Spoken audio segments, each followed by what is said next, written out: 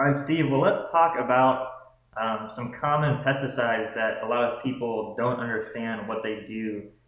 Why they're so dangerous. So, can you tell us just about, from your 40 years of experience in pest control, what are some of these common pesticides that are being used, and what are some of the issues with those?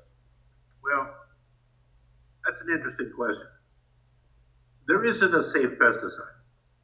There isn't any pesticide that's safe. Every pesticide is created to do one thing: kill. It's not created to make you feel better. It's not created to make anything in the universe feel better. It's one thing is destroy life. That's the only purpose that we have. We call it economic poisons because we economically think we're going to gain an advantage by using the pesticide, which is hogwash because I've proven many, many times I get better control without the pesticides than with them. Now, using any pesticide is going to cause you health problems. I don't care what it is. It could be pyrethrin, organophosphates, carbamates, cyclohydrin, chlorinated hydrocarbons. All these things are toxic. They're not something that's safe.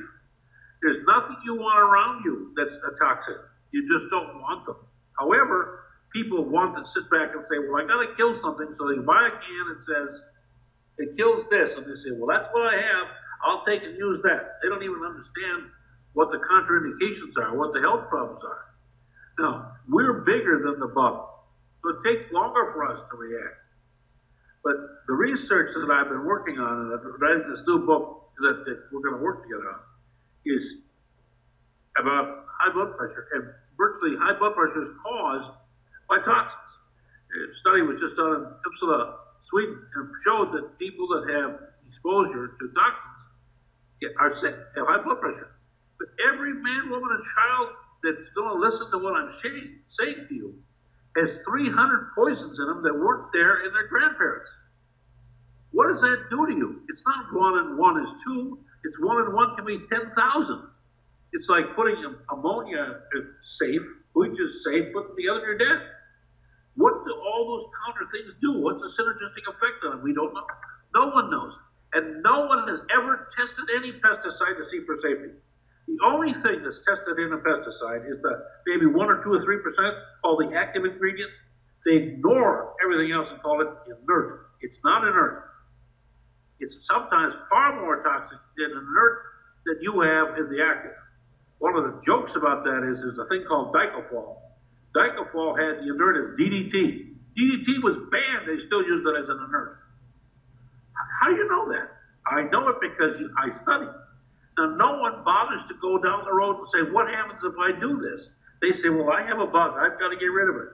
But you see, what I'm trying to tell people is that there are thousands of ways to get rid of pests besides using pesticides. Thousands of them. You don't need to use the pests. I have gone to schools, 380 schools that couldn't get rid of their pests. I got rid of all their pests, everyone inside and outside, by never using pesticides. It's like Cicero Swamp. They took a pristine swamp in New Jersey, and they started to do a count on it to see how many female mosquitoes were there. They did the X count. They said, boom, boom, boom, we have that many. And I said, yeah, okay, that practice. Then they sprayed it for like 8 or 9 years. When they got done, they had 15 times more mosquitoes than before they sprayed. Look, Rachel Carson said this back in '62. She said, we lost 7% of our crop to insects before the pesticides. We now lose far times more of that with all the pesticides. And she was concerned about minutia pesticide poison. Right now we use billions of pounds of poison, and we use far more by using the poisons. Because they don't work. The pests become resistant. And so you see all these problems being created by what? Pesticides. They don't solve problems, they create problems. Now, if anybody could show me a pesticide that was safe, tested to see if it caused cancer, if it caused high blood pressure, if it caused any kind of diseases, if it caused people to get autism or anything. Everything I've done, all the research I've ever found said it's a poison. It's something you should avoid. If I said to you, you should take some strychnine and swallow it and then spit on the bugs, you'd say, you're crazy, Steve. Well, that's what we're doing. We're taking some terrible, terrible toxins and we're breathing them. If people apply a pesticide in Africa, and you could get it in Hawaii in a couple of days, because it's not spray drift that kills you, it's the volatilization. These things are volatile. They go all over the world. Every man, woman, and child has poison in them. There's not a living thing that doesn't have poison. You can go up to the polar bears and find poison. And they're not spraying in Antarctica or Arctica. They're not spraying in Alaska. They're not spraying for things like that. How do they come there? How do the entire people get so full of poison? Because this stuff doesn't work.